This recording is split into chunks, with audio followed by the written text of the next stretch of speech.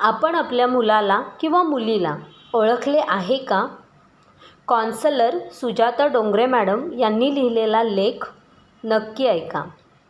प्रत्येकाजवळ एकापेक्षा अधिक बुद्धिमत्ता असतात असा सिद्धांत प्रो गार्डनर यांनी मांडलेला आहे.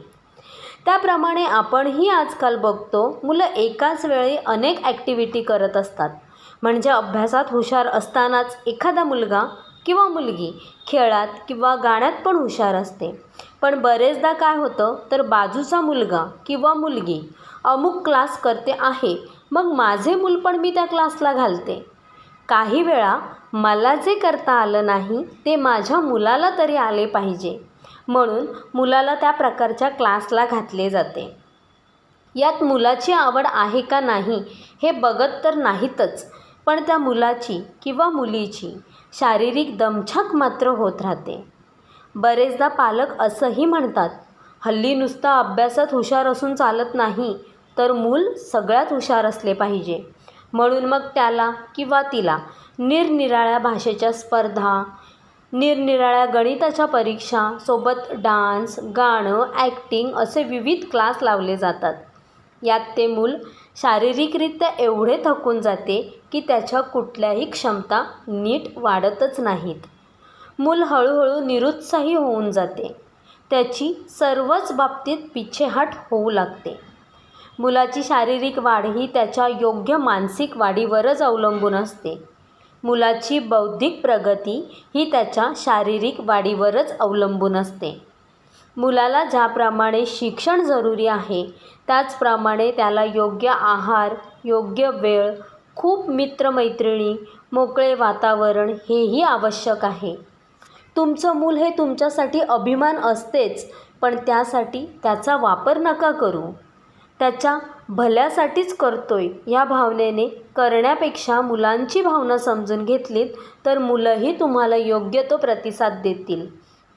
मुलाची आवड, क्षमता जाणून त्यांच्याकडून अपेक्षा ठेवा. मुलांकडून अवास्तव अपेक्षा ठेवण्यापेक्षा त्याला काय जमते, काय आवडते आहे ते करू द्या. त्याला जे मनापासून करायचे आहे तेच त्याला करू द्या. ते करताना मग मूल उगीच दमणार नाही. ते जी गोष्ट मनापासून करतील त्यात अधिक यश मिळवू शकतील. उगीच सगळेच क्लास लावून त्याची शारीरिक ओढाताण होईल आणि एक नधड भारंभार चिंध्या अशी गत करून घेऊ नका. अभ्यासातही तसेच आहे. एखादा विषय कच्चा आहे म्हणून त्याच विषयाच्या मागे लागण्यापेक्षा जे त्याला समजते येते, जे त्याच्या पटकन लक्षात राहतंय तो विषय आधी करून घ्या.